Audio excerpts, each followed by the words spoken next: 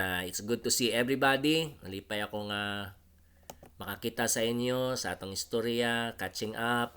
Nag-share ko ni Sister Lydia about breakthrough sa akong pamilya, mga dugay na nga ginaampon ako, nga mga minahal sa akong kasing-kasing kinabuhi, members sa family, mga igagaw, igsuon, ginikanan, ayaan, uh, na ginampo nga karon gud na ay mga breakthrough no sa kuan sa uh, relasyon nila sa Ginoo and uh, pag-evangelize sa ilaha.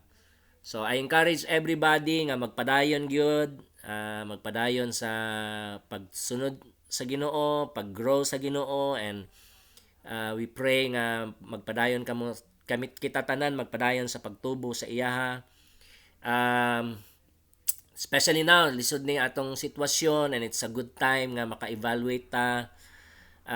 Ang na-infect sa coronavirus kuana no, almost 1.2 million na sa tibuok kalibutan. Kadagan no, almost 1.2 million nga mga tao na infect na sa coronavirus. More than 64,000 na ang namatay sa tibuok kalibutan because of the coronavirus.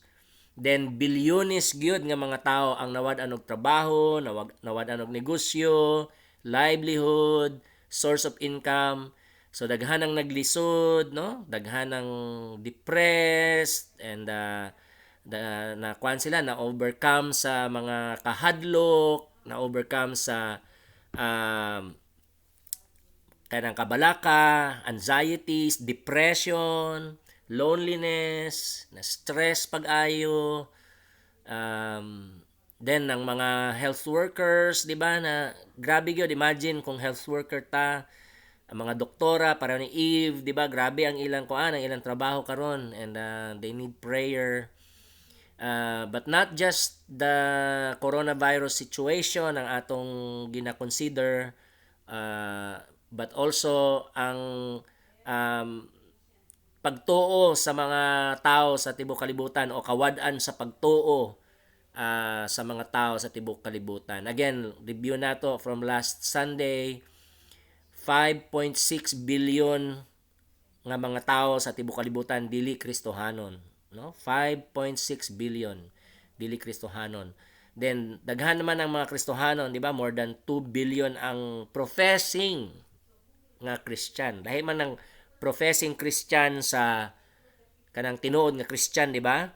Kay daghan man ang nominal. Ang nominal Christians 1.7 billion kadaghan, no? So kung i-add nato ang 5.6 billion nga dili Kristohanon plus 1.7 billion nga mga nominal nga Kristohanon, 7.3 billion nga mga tao sa tibuok kalibutan ang walay tinuod nga pagtuo sa Ginoong Hesukristo.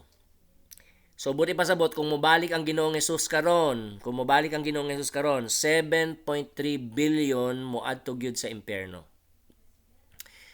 So kinahanglan ma-evangelize sila, di ba? Kinahanglan mo spread ang gospel, kinahanglan more church planting, di ba? Evangelism, disciple making. Pero mao nang pangutanan natin nga nganong wala mahitabo. Ang problema ang church, mga church ang problema, no? So kita kamo diha, ako gihapon kita na-expose ta sa mga problema sa mga church. Di ba nahibalo na ta nga daghang pastor, daghang Christians dili gyud faithful. So daghang church dry, daghang church nagsara na, o daghan pa ang musara in the future. And daghan kay mga young people ang dili naganahan sa church, or ga church sila pero ang ilang pagtuo sa Ginoo bugnaw, ang ilang gugma sa Ginoo na bugnaw, no? And mao nga kinahanglan tag revival, mao tong gitawag nga revival. Ang revival meaning, 'di ba, ang meaning sa revival ang gikan man sa vive nga pulong sa Latin, 'di ba? Ang vive means life. So ang patay mabanhaw. So ang revival mura siya resurrection, no? Mura siya resurrection. ang patay o dry o patay nga mga church mabuhi na pod, revival, no? Pero dili lang revival, kinahanglan reformation, no? Reformation. And kanang reformation balik sa original nga porma, returning to the original form, di ba? Kay ang original form kanag yung Christ likeness, no? Ang Ginoong Hesus may sama ta sa Ginoong Hesus. So tulo to ka aspeto ang nakinahanglan og reformation: doktrina o teachings, ethics o kinabuhi, og ministry o mission, no? Doctrine, ethics, ministry, kanang tulong kinahanglan gyud ma-reform. And then kung ma-reform ang church o ma-revive ang church by the grace of the Holy Spirit, ang gospel mo spread dayon, mahimong effective ang church sa evangelism, and historically kana gitawag nga awakening. So daghan ang nahitabo mga revival ug mga awakening sa tibuok kalibutan, sa kasaysayan sa tibuok kalibutan, no? Anang awakening sa non-believers man na, ang revival para sa church, di ba? Kay buhi man ang church, then namatay. Di ba? Dayon kinahanglan mabuhi na pod. So revival. Ang awakening patay gyud, tulog gyud, di ba? Then mabuhi, no? Mapukaw. Awakening mapukaw, ang natulog mapukaw, ang patay mabanhaw. So ang awakening is more sa mga non-believers, and it leads to salvation, no? Ang mga tao nga mapukaw sa ilang pagkatulog, mawala ang blinder sa ilang mga mata, sa ilang mga salabutan, mahimo silang tumutuon ni Kristo, maghinulsol sa mga sala, and by faith maluwas dayon sila. For that to happen, kinahanglan ta sa supernatural ministry sa Holy Spirit, no? Mao kinahanglan nato ang supernatural ministry sa Holy Spirit. Mao ra man ang Holy Spirit ra man ang makahimo gyud ana, dili nato makaya in our own power, with our own might. Okay, now na mention na ako kang Sister Lydia ganiha nga katong panahon sa enlightenment, no? The enlightenment nga gitawag, in 1600 to after the Reformation, no? 1600 to 77 sa katapusan sa 1700. So 1600s and 1700s na gitawag nga enlightenment. Kanang enlightenment gi-exalt ang reason over faith. So ang mga tao, no, sa Europe nagsulti nga kuan kanang ang Kristyanismo, ang pagtuo sa Dios giimbento lang sa tao, no? Wala gyud tinuod nga Dios, kay reason man ang gamit. So and then science man ang nag-rule, di ba? Science ang gisunod sa mga tao, dili na pagtuo. So kung ang sa science, di ba, dapat through the sense katong five senses ma-examine nato ang isa ka butang aron matawag nato siya nga tinuod, di ba? So una, madungog ba nimong Ginoo? Dili. Makita ba nimong Ginoo? Dili. Mahikap ba nimo siya? Dili, di ba? Malamian ba nimo siya? Dili. So katong five senses, mabahuan mo ba nimo siya? Dili. So kung dili, walay empirical evidence nga naa ang Dios, therefore walay Dios, ingon nila. Pero kanana ang enlightenment gihapon, at that time gihapon, nabugnaw ang mga church, nabugnaw mao kanunay, no? Nabugnaw ang church, and wala nila to gikuan kay ngano ang proof nga buhi ang Dios ang Bible, di ba? Ang Bible nagsulti nga tinuod nga dunay Dios. Mao ang objective proof nato nga dunay Dios. Ikaduha, makita nato nga ang ebidensya, ikaduhang ebidensya nato nga tinuod ang Dios, buhi ang Dios, through changed lives. Kay nausab man ta sa ang atong kinabuhi through Him. So we are living proofs nga buhi ang Dios. It's empirical. Like ako, sa una, drug addict. Then hapit na mabuang. Then by the grace of God, di ba? nakadungog ko sa gospel, and then nahimo ako nga tumutuo, nausab ako, dili na ko drug addict, di ba, wala ko nabuang. So naluwas ko sa sala, naluwas ko sa drug addiction, naluwas ko sa pagkabuang, sa insanity. So that is kanang subjective proof. So na objective proof, na subjective proof. The objective proof again is the Bible and its teachings. The subjective proof is kita, di ba?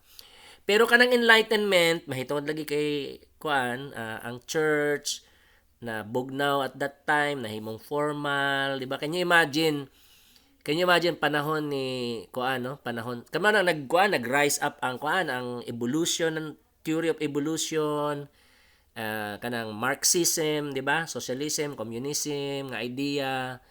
Dayon katong Nazi dayon, di ba? Nazism, si Hitler, di ba? Can you imagine, no, nga asa ang church nganong wala tumapugngan kato nga mga problema, di ba? So kana dayon, because gi-exalt na ang reason, dili na sila motuo sa mga supernatural. Ang kadaghanan sa mga Europeans, and then ang Americans gihapon, Canadians, Australians, hasta na mga intellectual diya sa Pilipinas, di ba?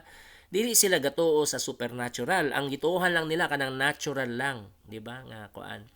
So nag-spread siya, and then ang mga church dayon nawala na ang practice nga kuan kanang iampo ang mga nagmasakiton, iampo ang mga dunay mga emotional and mental problems, and dunay gihapon siyempre alang wa na demonyos karon. Nagi demonyos pa gihapon, di ba? Si Satanas ug ang mga demonyos nagpadayon gihapon sila sa pagdaot sa kinabuhi sa mga tao. So people, daghan ng tao in bondage to evil spirits, di ba? Ang Satanas, sa mga demonyos, and but because of the influence sa enlightenment, kuana kanang wala na prayer for miracles. Wala prayer for miracles, no?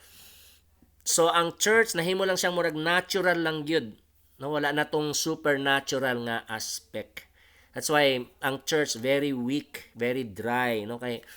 Pero kung atong kuang gyud from Genesis to Revelation, ato siyang i-study as is ra gyud siya nga i-study. Grabe, supernatural gyud. Imagine Genesis 1 pa lamang, ang Dios nagsulti, let there be light, there was light, di ba? Let there be this, there was this, di ba? Gi-study man nato na. And then nagstorya siya ni Adan ug ni Eva, nagistorya siya ni Noah, and then si Noah gitagaan sa Ginoo instruction unsaon ang pag-build sa ark, di ba? And then nagistorya ang Ginoo kang Abraham, giproteksyonan sa Ginoo si Abraham, etc. Dayon si Jose, di ba? Si Jacob nakigresel sa angel of the Lord, etc. Daghan kayong supernatural, daghan, grabe, sunod-sunod hangtod Revelation na puro supernatural. Kay ang Dios supernatural man gyud ang Dios, di ba? Supernatural ang Dios. And ang pangutana nato karon katuba mga supernatural nga mabasa nato sa Bible from Genesis to Revelation, katubang mga milagro nga mabasa nato from Genesis to Revelation, ma-apply ba gihapon siya karon sa ato karon? O siyempre oo, di ba?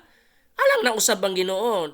So mao nang nga kanang pagtuo sa gitawag nga cessationism.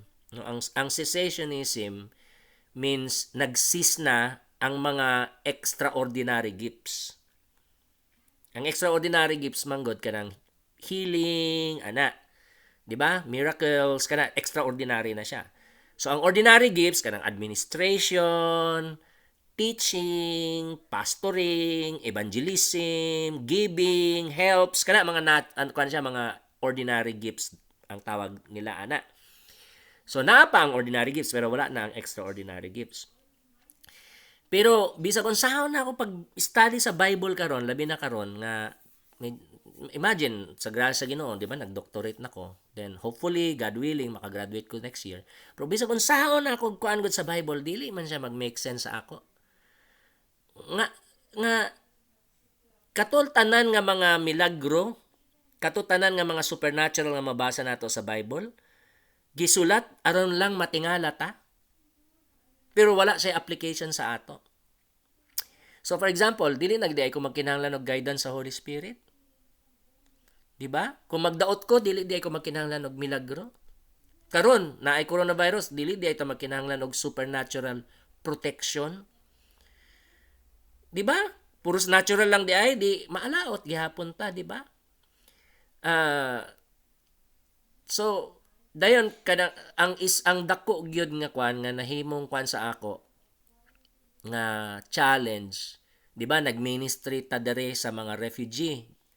Gikan sila sa Middle East, gikan sila sa Africa, o gikan sila sa Afghanistan, India, Pakistan. Then maklaro man gud nga kay gikan man sila sa gubat, di ba? So naagyud sa ilaha mga gipang rape, gipang preso, gipang abuse. So kung natural lang, dili ko makatabang sa ilaha. Di ba? Kinahanglan nga iampon ako sila for emotional and mental healing, for psychological healing, and also physical healing. Di ba? Nga inana na lang di ay walay kuan, walay healing, walay miracle healing. So nakita na ko nga grabe di ay ang ilang mga problema. They really need kay kana sila kuan man nga nang naay panahon nga mamata sila, grabe ang kulba, di ba? Kay na-trauma man gid sila pag-ayo. So we need to pray for them. We need to pray for miracle healing para sa ilaha. So mao nga dito nagkuan dito na ko sugod na pod og kanang prayer for healing nga wala na nako ma-practice nga tugay na kaayo nga wala na ako ma-practice. But now I pray for healing. Ang isa pa nga nakuha nako wala mausab ang compassion sa Ginoo, mercy and compassion, the mercy and compassion of God. Wala siya mausab. So that's why karon na gi-grab na ako ang opportunity nga maka share sa inyo through Facebook Messenger, nga maka-share ko sa inyo bahin aning Christianity as supernatural, di ba? Or supernatural ministry. And karon i-avoid nato ang extreme kay naamang gyud extreme, di ba? Na extreme ba? So daghan ang nagpractice sa mga spiritual gifts, prophecy, mga inana, pero extreme kaayo, wala na, dili na biblical. So dili ta ana. We wanna look into the biblical. So diha, for example, si Babylin, di ba? Naistoryahan nato si Babylin, ginaampon nato si Babylin. Ang uban pa mga kaubanan nato diha sa Iligan. Di ba klaro man nga kinahanglan og supernatural intervention. Number 1 karon sa coronavirus nga tanan maproteksyonan sa Ginoo, supernatural protection. Then kung naay mga magdaot, supernatural healing, right? Pero more than that, ang maturity, ang pag-mature sa mga Kristohanon. Kay kapoy biya kaayo, di ba? Kapoy gid kaayo ba nga natay mga minahal nga mga kaubanan sa church, mga amigo, mga miyembro sa pamilya nga nagpadayon sila sa pagpakasala, naay mga nagpadayon sa pagpakasala or naay mga nagpadayon sa pag-compromise sa ilang pagtuo, sa ilang discipleship. Meaning, gasimba sila, daghan gasimba, pero pareho ra ka worldly sa mga tao sa kalibutan. And mabiktima gihapon sila ni Satanas, di ba? So kinahanglan ang Christianity gyud. Ang Christianity gyud from Genesis to Revelation, Christianity is powerful. Di ba katong if anyone is in Christ, he is a new creation. The old has gone, the new has come. Di ba? 2 Corinthians 5:17. If anyone is in Christ, he is a new creation. He or she is a new creation. The old has gone, the new has come. Kanang gitawag nato nga the miracle of new birth. The miracle of the new birth. Milagro sa bag-o nga pagkatao. And that is the main thing nga kinahanglan nato og we need miracles for that. no? Kinahanglan nato nag-miracle. Now, I'll explain more sa inyo so far ang unsa ako mga na-study ana with the help of my professor sa New Testament dito sa Trinity, nga nag-guide sa ako ani kay di man nato gusto nga ma-extreme lagi ta, so kinahanglan gyud biblical gyud tanan, no? But for now, ang tan-awon nato ang Lucas 9 na may mga Bible diha, Lucas 9 versikulo 1 og 2. Daghan medyo kuan pila ba ni ka verse atong adtuhan. Daghan-daghan, no? Pero pila siya ka lugar. So murag topical ni ato karon, topical lang atong preaching karon. Because we really want to learn from God, from the Lord Jesus Christ, from the Holy Spirit about powerful Christianity. Na siguro, no, powerful Christianity. And then powerful church. From power sa church, spiritual yun. Spiritual power of the church. And then, kani gyud by faith ra gyud ni siya kay ang Ginoo man ang magbuhat, di ba? Kay ang Ginoo ang magbuhat og milagro, ang Ginoo ang mag-usab sa kinabuhi sa mga tao, maghatag sa ila og inner healing, physical healing, kanang freedom, di ba? Freedom from evil spirits, freedom from Satan, freedom from demons, freedom from bondages, vices, weaknesses, di ba? Mga inana, freedom from curses, di ba? Mga inana, napa ba siya? So, we will gikuan na napildi na silang tanan sa Ginoong Hesus, no? Ang tanang puwersa o buhat sa demonyos ni Satanas napildi na sa Ginoong Hesukristo. But we need to pray with faith. Diba? Nga maong gihatag sa atong Holy Spirit. Now, Luke 9 verses 1 and 2. Mao ning ingon diha. When Jesus had called the 12 together, sa English ni, He gave them, so 12 ni, no? 12 apostles. He gave them power, gahom, and authority, otoridad. For what? Para unsa? Number 1, to drive out all demons. And number 2, to cure diseases. And he sent them out to proclaim the kingdom of God and to heal the sick. O karon makakwanta na, no, magsulti man nga kuan kanang pastor, mga apostol man na. Mga apostol man na, dili man ta apostol, di ba? Ordinary Christians ra man ta. Pero tanawa na to ang verse, no? Ang mga verse 1 and 2. Tanawa na to ang gisulti diha. Power, number 1, and authority. So, para unsa ang power and authority diha?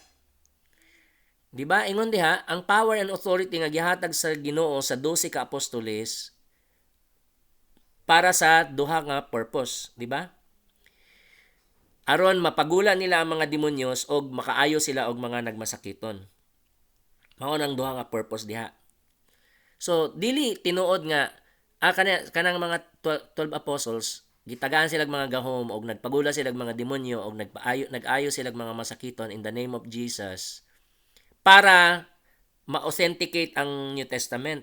Kanang motuo ta ba nga si Jesus gyud ang Mesias. Si Jesus gyud ang Mesias, and then kanang New Testament mao gyud ang pulong ni Jesus nga idugang sa Old Testament. New Testament, Old Testament. So, mao ingon nila, pero diri man gud nga verse bisag unsaon nimo kung i-clear lang nato atong hunahuna and then tan-awon lang nato siya the purpose of kaning spiritual power o spiritual authority nga gihatag sa Ginoong Hesus sa mga disipulos. Ang purpose niya aron mapagula nila ang tanang mga demonyos og maayo nila ang mga nagmasakiton.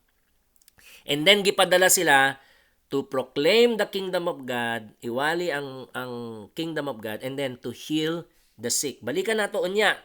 No, kaya ang kwan man na ang isa pa nga kwan dere, ang objection is kana apostol man na, Pastor Glenn, apostol man na, di man na applicable sa ato. Well, we will see, okay?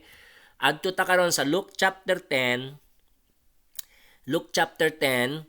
and verse unsa nga verse ba to? Verse 1 and 9 nabutang na ko dere pero I think it's kuan diha. Verse 1 and 9 pero kanira dili na nato basahon tanan, no? nga verse 1 and 9. Dili nato basahon ang verse 1 to 9. Ang ato nang basahon, hold on, ako nang pangitaon. Okay? Atong basahon diha ang okay, verse 1. Basahon nato ang verse 1 and then verse 1 and then asa na ba to? Verse 9. Verse 1 ug verse 9. Okay, duha ka verse. Okay, so verse 1. After this, the Lord appointed 72 others. So dili na di 12 apostles. 72 na ni. Unsa sila? Pastor? Wala pa mahibalo. Unsa sila? Elder? Wala pa may elder, pastors, elders nga mabasa nato sa Gospels, right? Leaders? Wala pa mahibalo. Basta 72 sila. And then, kanang mga yung 72 nga number, di ba ang 12 nga number sa 12 apostles, ang Old Testament shadow ana kanang the 12 tribes of Israel, right? The 12 sons of Jacob.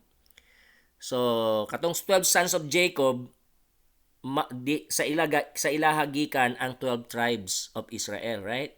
So karon kaning 12 apostles, sila gihapon sa ilagikan gihapon ang church. So ang church gyud ang New Israel kay ang atong spiritual father katong 12 apostles, right? Kaning 72 dayon gikan gihapon siya kanang fulfillment gihapon sa Old Testament. Ang shadow ana katong table of nations sa Genesis 11 o 10 or 11 marag 11, the table of nations before Genesis 12, before the calling of Abraham, na table of nations diha. In total ang tanang mga nasod at that time, di ba katong Tower of Babel, ang mga nasod at that time 72 nations. So kaning 72 dayon, it symbolizes the rebuilding of the nations. Kanina ang bag-ong, di ba, ang 12 apostles, sila ang sinugdanan sa church nga mao ang New Israel, right? Kaning 72, part sa New Israel, right? Part sa New Israel ang 72. Pero ang 72 nag-symbolize nga ang tuyo sa Dios nga pinaagi sa kaliwat ni Abraham, right? Sa offspring ni Abraham nga mao si Ginoong Hesus, all the nations of the earth will be blessed. Okay? So that's why kaning 72, it symbolizes kanang the advancement of the Great Commission unto all nations. Okay? And then gipadala sila. Mao ning gisulti sa Ginoo sa ilaha sa verse 9. Heal the sick who are there and tell them the kingdom of God has come near to you. So, in both sa chapter 9 o kaning chapter 10, dili nato makita nga ang purpose sa miracles is to prove nga si Jesus, si Ginoong Hesus ang Mesias ug manluluwas. Right? Wala siya butang diha. It does, no? Nagtuo ko nga ang miracles gyud proves that Jesus is the Messiah and Jesus is the Savior. Okay? Pero tinuod siya, pero diri sa chapter 9 kanihan chapter 9 verse 1 and 2 o kani karong Luke chapter 10 verse 1 to 9, wala tay makita nga mao ang purpose sa miracles. Instead, ang purpose sa miracles na makita nato diri is to proclaim the kingdom of God. Mao man ang constant sa pareho, di ba? To proclaim the kingdom of God, nga ang pagpagula sa mga demonyos o ang pag-ayo sa mga masakiton is a sign that the kingdom of God has come near to you. The kingdom of God has come near to you. Isa pa nga makuha nato, kanig yung mga tao kung kinsa gikan o kung kinsa gipagula ang mga demonyos, mga tao gud sila nga gigamhan sa demonyos. And then kaning mga masakiton nga mga gipang-ayo, kuan gud sila, no? They are really sick. Nagmasakiton gud sila, nagdaot gud sila, and they are suffering and in pain. And so timing sa Ginoo gyud ni nga karon mao ni atong study, because klaro kuan ni kaayo sa ato karon, tinuod ni kaayo sa ato karon, because we know of people, so many people, thousands of people nga, di ba, more than pila na to, more than one, ano na, close to 1.2 million na ang na-infect, and more than 64,000 ang namatay. Billions na wala nagtrabaho, billions ang nagsuffer og emotional and mental trauma and vexation, di ba? Struggle, disorders, etc. nga nabati sa kadaghanan. And so, mao ang kuan sa Ginoo nga as God knows and Jesus knows about them, and unsa ang gibati sa Ginoong Hesus para sa ilaha? Kaluoy. Right? Naluoy ang Ginoo sa ilaha. So that's why we need to go back to praying nga ang mga gigamhan sa demonyos o gibind sa mga demonyos, no, gihimong ulipon sa mga demonyos o mga daotang espiritu o ni Satanas, we need to pray nga supernaturally maihatag sa ilaha sa Ginoo ang gasa sa kagawasan. Amen? And then mga nagmasakiton, we pray for a miracle also for them. Okay? Now, that doesn't mean nga katura, di ba? While we pray for miracles, pero when we dili gihapon ta moadto sa extreme, di ba? Kay na may extreme. Ang extreme is dili na ka mo inom og tambal, dili na ka mag padoktor. Extreme na siya because ang Bible o ang Ginoo holistic, right? Holistic. And then also remember, dili tanan nga ginaampo nga maayo, mga maayo sila. Dili tanan nga giampo for miracle healing na heal. Naka na to. Daghan na mga ginaampo nga ma-heal sila supernaturally pero dili sila ma-heal. In fact, naapag panahon nga mamatay gud sila ba. But should that stop us from praying for miracles? Dapat dili, di ba? Ang example ana si Paul, no? Katong ingon ni Paul nga naa siya thorn in the flesh. Hinumduman na to, wala ko makahinumdum asa to sa New Testament, but na siya thorn in the flesh. 2 Corinthians. Na siya thorn in the flesh, and then nagampo siya nga kuhaon sa Ginoo ang thorn in the flesh gikan sa iyaha, pero wala siya giayo sa Ginoo. So, wala gikuha sa Ginoo ang thorn in the flesh. Ang ingon sa Ginoo sa iya, my grace is sufficient for you. My power is perfected in your weaknesses. So ingon ni Paul, therefore I boast in my weaknesses. When I am weak, then I am strong. So, pero daghan ang giampo si Paul nga maayo, di ba? Og naayo sila, nagmilagro ang Ginoo, pero giampo niya ang iyang kaugalingon nga makuha ang thorn in the flesh, wala siya gi-heal sa Ginoo. Pero ingon sa Ginoo, my grace is sufficient. So naay purpose ang Ginoo. Kung ayuhon sa Ginoo ang isa ka tawo nga atong giampo, salamat sa Dios. Kung dili niya ayuhon, ingnan nato ang mao nga tawo nga magsalig lang siya sa Ginoo, na ay purpose ang Ginoo. Kung unsa ang purpose sa Ginoo nga nung dili niya ayuhon instantaneously, di ba? Dili niya ayuhon nga insigida gyud right away nga healing, na ay purpose ang Ginoo. Siguro di ba? Pwede nga i-heal siya automatic, right? Instantaneous healing, pwede. Pwede gihapon nga dili pa siya ayuhon, naapay process, naay purpose ang Ginoo, naapa siya ginatudlo sa mao nga tawo para ni Paul, pero maybe time will come nga ayuhon niya ang mao nga tawo. Right? Pwede gihapon nga dili na niya ayuhon ang mao nga tawo hangtod sa kamatayon. But that we don't know. Wala ta mahibalo kung unsa ang purpose sa Ginoo. So what we do is to love the person and keep praying for miracles. And then keep encouraging that person nga moadto sa doktor, mo take og tambal, mo pray ta og supernatural provision, mo pray gihapon tag wisdom, so both supernatural and natural, no? Pero dili nato pasagdaan ng supernatural. Dili gihapon pwede nga pasagdaan ang natural, dapat pareho supernatural and natural, kay holistic man ang Bible, right? Holistic man ang Kristyanismo. We pray for a miracle, pero we also encourage people nga moadto sa doktor, mo take og tambal, mag-therapy, etc. Ang mga nagkinahanglan og provision, we pray for wisdom, we pray for supernatural provision. At the same time, mo pray tag wisdom, mo pray ta nga ang Ginoo gyud ang magbuhat. Now, remember also, ang doktor og ang science, ang tambal, ang therapy gasa nga gikan sa Dios. Di ba? Common grace man na ba? Common grace ang tawag nato. Duhang grasya sa Dios, right? Ang grasya sa Dios para sa tanang tao gitawag nga common grace, di ba? So believer non-believer makadawat anang common grace. Ang adlaw, di ba? Gihatag sa Dios ang adlaw para sa tanan. Ang hangin gihatag sa Dios para sa tanan. Believer or non-believer. Kuana, common grace ang tawag ana. Okay?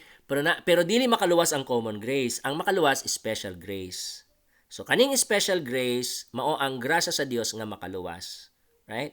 Ug ang special grace gihatag lang sa Ginoo para sa mga pinili niya. Right? Kay mao na sa Bible sa John nga we did not choose Jesus, Jesus chose us. Di ba? Ingon niya, you did not choose me, I chose you. So ang special grace para lang sa mga gipili sa Dios nga luwason niya. It's not for everybody, but common grace is for everybody. So kaning science, doctor, tambal, therapy, etc., no, mga natural gifts kana gasa sa Ginoo, common grace siya. And we thank God for doctors, for medicine, etc. At the same time nga nagpasalamat ta, we also pray nga gamiton sila sa Ginoo. Kay kung dili i-bless sa Ginoo ang doktor, dili i-bless sa Ginoo ang tambal, ang therapy, walay maayo, right? Bisag imno nato ang tanang tambal sa tibok kalibutan, kung dili gid i-bless sa Ginoo, walay mahitabo, right? So that's why even kanang mga natural means aron mo function og mag-work ang mga natural means, kinahanglan gihapon og supernatural blessing, supernatural work sa Dios. Okay? Kay kanang adlaw, for example, na ugma pwede nga dili motuyok ang tibuok kalibutan og way adlaw, di ba? So pwede nga mubuto ang adlaw, pwede nga mawala ang adlaw o ang moon o unsa ba, di ba? So ang natural gigamhan o gigovern sa supernaturally gigovern silang tanan sa Ginoo. Right? So mao nga naay supernatural, naay natural, pero kung ato siyang i-analyze pag-ayo, ang supernatural nag-supersede sa natural. Nagets nato? And we need to pray for that, especially sa church. No, sa church. Nga ang mga dili luwas, maluwas, supernaturally. Ang mga Kristohanon nga nagluya or nagcompromise or dili gatubo, dili ga mature, or gigamhan sa sala, gigamhan sa bisyo, or nagwara-wara, bitaw, nag-compromise. We need to pray supernaturally para sa ilaha. Nga, ikuan sila sa Ginoo. Mag-intervene ang Ginoo para sa ilaha. Okay? So, again, balik ta diri sa atong gikuan nga makita nato in both Luke chapter 9 verse 1 and 2 and Luke chapter 10 verse 1 to 9. Ang purpose sa healing o casting out demons is for the proclamation sa kingdom of God. Mao sila ang sign nga the kingdom of God has come near to you. So karon ang pangutana nato, wala na nagkinahanglan ng mga tao karon sa kwan. Wala na di sila nagkinahanglan sa kagawasan, supernatural nga kagawasan. Miracle freedom, miracle deliverance, miracle healing. Wala na di ay demonyos karon. Wala na nagmasakiton karon. Di ba? So, again, ang kinahanglan lang karon kung unsa tong namatan nato nga kani nga mga milagros dili na applicable karon, ato siyang tangtangon. Kinahanglan mutan-aw ta ani nga mga verses with fresh eyes. Nakuha na to with fresh eyes nga unsa ang purpose? Di ba? In Jesus, the kingdom of God has already arrived. 'Di ba? Mahitungod sa Ginoong Jesucristo, ang gingharian sa Dios ni ana, nag-abot na. Karon, Ang gingharian sa Dios, right? Dili lang siya intellectual. Mao ang problema mga igsoon. Kanang intellectual ba? Because of the enlightenment nga puros reason na lang og science, ang faith ko ana no basura na siya. Ang Christianity hinuon murag nahimo na gihapon siyang kuan lang kanang natural lang yun. Nahimo na siyang natural lamang. Nahimo na siyang intellectual lamang. No? Nga hasta ang pagtuo murag intellectual na lamang yun. Pero here makita nato ang misyon nga gihatag sa Dios sa mga apostol og later on katong 72 and later on everybody sa church. So, basa nato sa Book of Acts nga they went out casting out demons, healing the sick, and proclaiming the kingdom of God has come near. Ni ana ang gingharian sa Dios.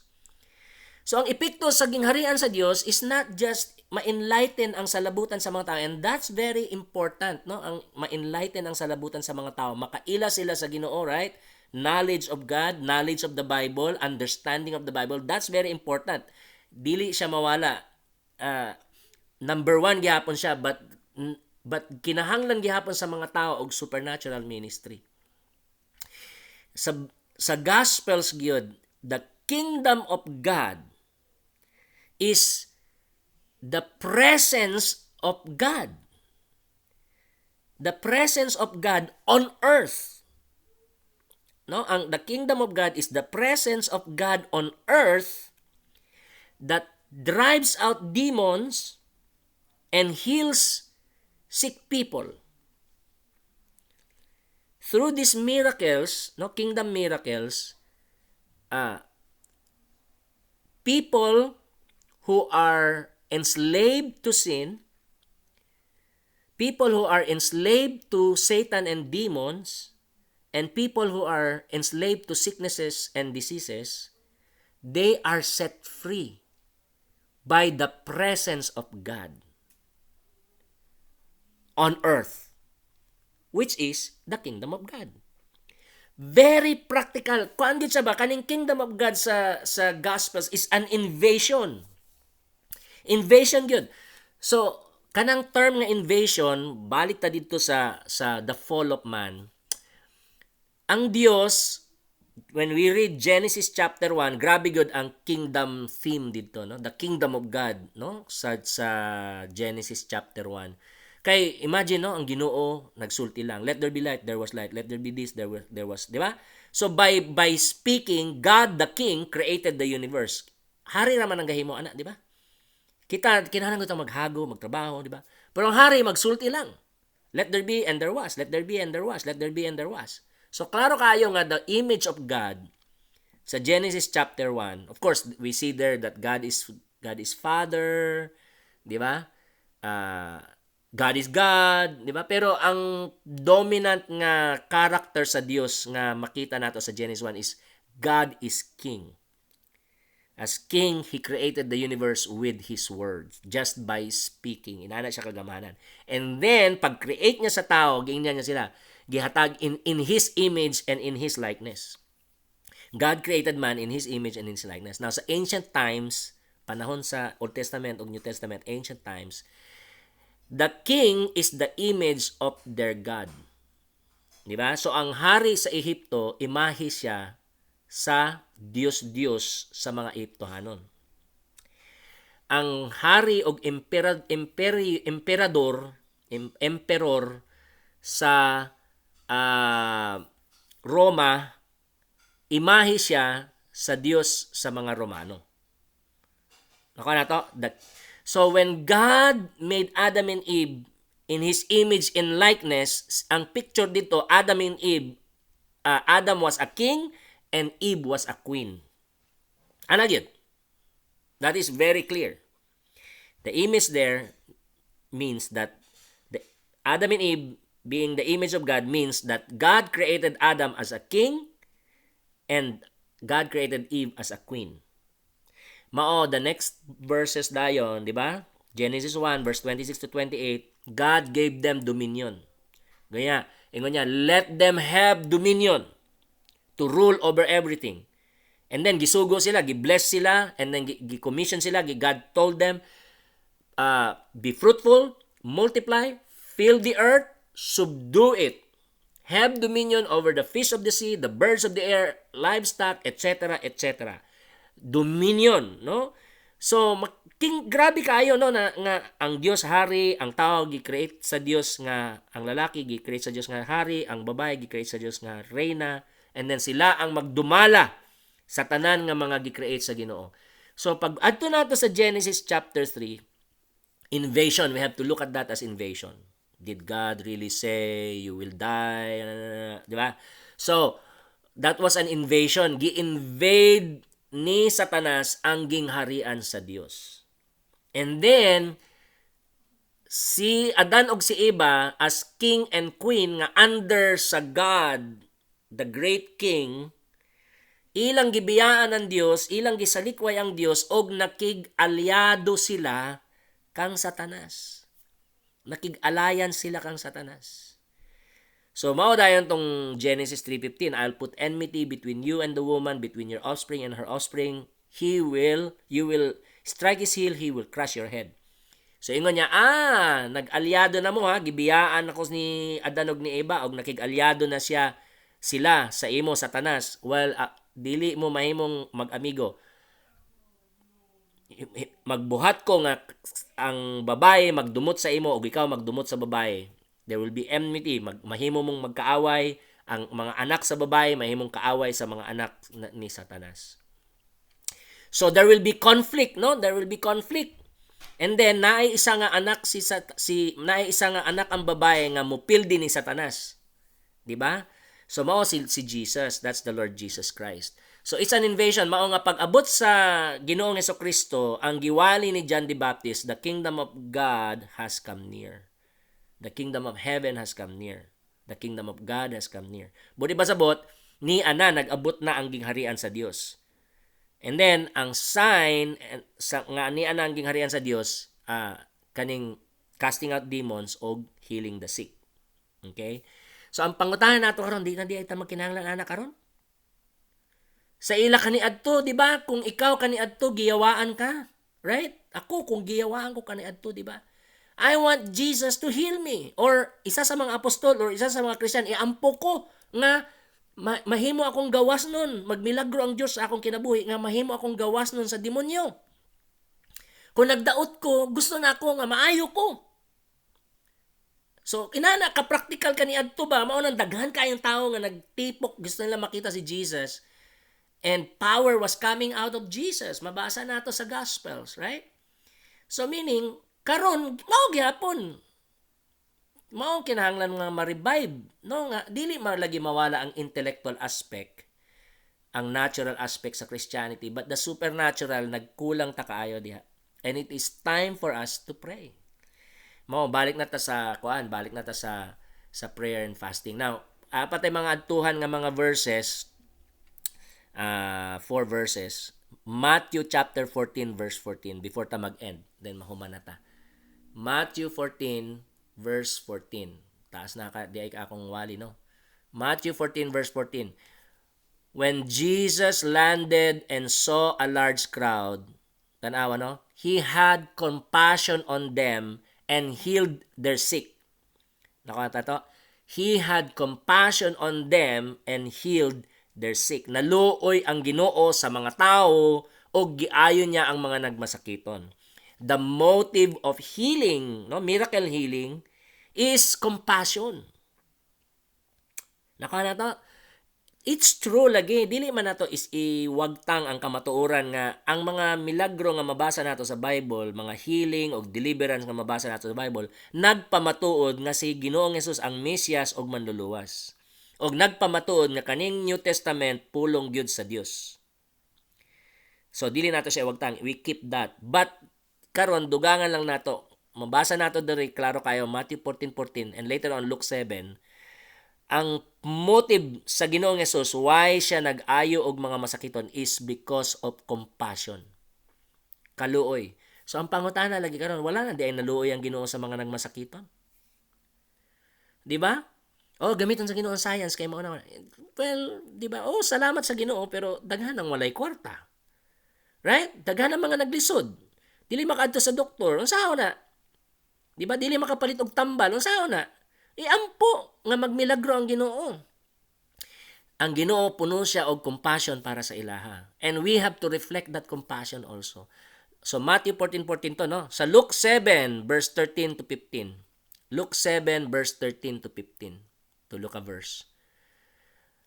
When the Lord saw her, so kani katong babae nga namatay ang anak. When the Lord saw her, He had compassion on her. Naluoy siya sa mama. And He said, "Don't cry." Ayaw paghilak. And then gisultihan dayon sa Ginoo katong patay nga bata. Gisultihan niya, "Young man, I say to you, get up." And the dead man sat up and began to talk. Nakita nato, naluoy, no? Naluoy ang Ginoo sa babae nga naghilak. Right? So, daghan man ang kuana nga siguro balo ning babae, then kanina lang iyang anak, then kung mawala pang iyang anak, balo na siya, wa pa siya anak, perting luuya, no? Kay kaniadto kung babae ka, wala kay bana, wala kay anak nga lalaki, or wala kay papa, maalaot gyud ka. So that is true, no? And but the Lord felt compassion, mao nga gibanhaw niya ang lalaki. Now, karon ingon na, mamatyan og kuan bisag mabalo ka karon o wala ka nay bana, wala kay anak nga lalaki, ang babae pwede magtrabaho. Pero still daghan ang debate bayan ni, but the important thing from sa Matthew 14:14 og kaning Luke 7:13 to 15, we see that compassion ang motive sa Ginoong Hesus nganong naghimo siya og mga milagro. Nag-ayo siya masakito, nagpagulo siya mga demonyo. It's because of compassion. And kani karon ang wala kaayot sa ato nga mga reform. This is something that needs to be reformed sa tanan. Even sa mga Pentecostal, Charismatic, Baptist, Reformed, Armenian, whatever, Presbyterian, whatever, right? Alliance, bisag unsa pa. Non-denominational, kulang kaayo tatanan sa compassion karon. Compassion for those who are enslaved to sin, enslaved to Satan, demons, curses, etc., etc. Mga nagmasakiton, nagdaot, naglisod, kulang kaayo tag compassion. And then, because of that, we don't pray for miracles para sa ilaha. Okay, last, Hebrews 13 verse 8. Hebrews 13 verse 8. Jesus Christ is the same yesterday, today, and forever. Ang Ginoong Jesucristo wala mausab kaniadto karon og hangtod sa kahangturan. So that is applicable sa nga ang Ginoo sa mga miracles, no? Ang Ginoong Hesus puno gihapon siya sa compassion hangtod karon. He's able to sympathize sa mga nagdaot. Kay dito sa krus nagdaot man ang Ginoong Hesus, di ba? So, kung ikaw nagmasakiton or nakay kaila, nakay minahal, close sa imo nga nagdaot o nag-struggle may tungod sa kahadlok, kabalaka, depression, etc. Number 1, remember, Jesus has compassion for you. Ang Ginoong Hesus naay compassion sa mga nagdaot, sa mga nag-struggle, sa mga naglisod. He has compassion for you. Kung dili ikaw, instead isa sa mga minahal nimo, member sa pamilya or friend, Jesus has compassion for you. Og ang Ginoong Hesus na siya mahimo. He is the same yesterday, today, and forever. He still heals the sick and casts out demons. He still performs miracles today. Therefore, number 2, pray for healing and para sa mga nagkinahanglan og healing. And then pray for freedom or deliverance sa mga nagkinahanglan og kagawasan gikan sa sala o sa mga demonyos o sa mga tonglo. Iampo nato sila. Pray for healing. Pray for freedom. Pray for a miracle. Mao ang title sa atong kuan karon. Pray for a miracle. And then trust God for a miracle. Trust God. When you pray, trust God nga magmilagro siya. Diba? Bisag natural ang gigamit. Pastor, dili man miracle healing na itabo kay ang tambal man ang gigamit sa Ginoo. Milagro gihapon to kay ang tambal kung dili panananginan sa Ginoo, dili siya makaayo. Di ba? Ang therapy, ang doktor dili makaayo, ang tambal dili makaayo kung wala ang Ginoo. So, we give God the glory. But we pray for a miracle. Anyway, right? Whether instant o dili instant ang healing, we pray for a miracle. We do it by faith. We do it by faith. I know, daghan mong kaila sa inyong mismong pamilya na kinahanglan og miracle healing o daghan gihapon, and just pray for them. Amen? Iampo lang nato sila. Amen? Okay, 50 minutes naman tingali ni. Grabe, taas-taas ba? Let's pray. Okay, para makaon na mo. Let's pray, let's pray, let's pray. Mag-alas 12 na. Paniod to na. Diha. Mag-ampo ta. Ginoo, salamat Lord sa imong pulong. Salamat nga buhi ka nga Dios. Salamat that you are supernatural, oh God. Lord, maalaot kami kung dili ka supernatural, especially karon Lord, kaning pandemic sa coronavirus. And then Lord, basin dili lang kini ang una. Basin naa pay mga musunod ani Lord. And we don't know. So God, we look up to you, oh God. Nga Ginoo, nagkinahanglan gid kami sa imo Ginoo. We need your miracle. We need your supernatural work and supernatural power. And salamat Ginoo nga si Ginoong Hesus nag-anhi og pag-anhi sa Ginoong Hesus nag-abot na gihapon ang gingharian nimo. Your kingdom has come in the Lord Jesus Christ, and your kingdom is powerful. Salamat kayo Ginoo na you are the God of miracles, and yesterday, today, and forever you are the God of miracles. And I pray Lord in the name of Jesus sa mga kaigsuonan Lord diha sa Iligan Lord God and all over the world. Ginoo, mga Kristohano, not just in our church but other churches diha sa Iligan, sa Mindanao, sa Pilipinas, sa tibuok kalibutan. Ginoo, sa pangalan ni Jesus, Lord God, nag-ampo kami og mga miracle Lord God. Lord, the first miracle nga giampo nako Lord is the miracle of the new birth. Naapay mga miyembro sa pamilya, naapay mga amigo, basin nag-attend nag-church pero wala pa ma-born again. Ikaw ra gud ang nakahibalo Ginoo. And we pray, oh God, that you will perform the miracle of the new birth, Lord God, in the name of Jesus, para sa mga wala pa ma-born again. Lord, help si Dexter, si Junjun, si Sister Lydia, si Jen, everybody, Lord, nga we will be praying, Lord God, for the miracle of the new birth para sa mga tao nga dili sure kung luwas na o dili pa. We pray for that. And then Lord, mga Kristohanon or dili Kristohanon nga klaro kaayo nga gigamhan sila sa sala, na impluwensyahan sila sa demonyo, basin there are non-believers nga gipossess sa mga demonyos, or naay believer nga, of course kung believer na templo sa Espiritu Santo, dili ma-possess sa demonyo, pero pwede ma-oppress. Ang Kristohanon pwede nga ma-oppress sa demonyo. So kung naay mga Kristohanon, Lord, nga diha sa Iligan nga na-oppress sa demonyo, or not just Iligan but all over the world, Lord God, nga nakadungog aning among video, Lord, in the name of Jesus, we pray for miracles of deliverance, Lord God, in the name of Jesus. Miracle of freedom, liberation, deliverance, Lord God, in the name of Jesus. Maangkon nila, madawat nila ang gasa sa 100% nga kagawasan o kadaugan gikan sa Ginoong Hesukristo. In the name of Jesus. And then we pray, Lord God, sa mga nagdaot, Lord. Ginoo, reach out to them with your supernatural power, Lord God, and heal them, Lord, ang mga nagdaot sa coronavirus in the name of Jesus all over the world.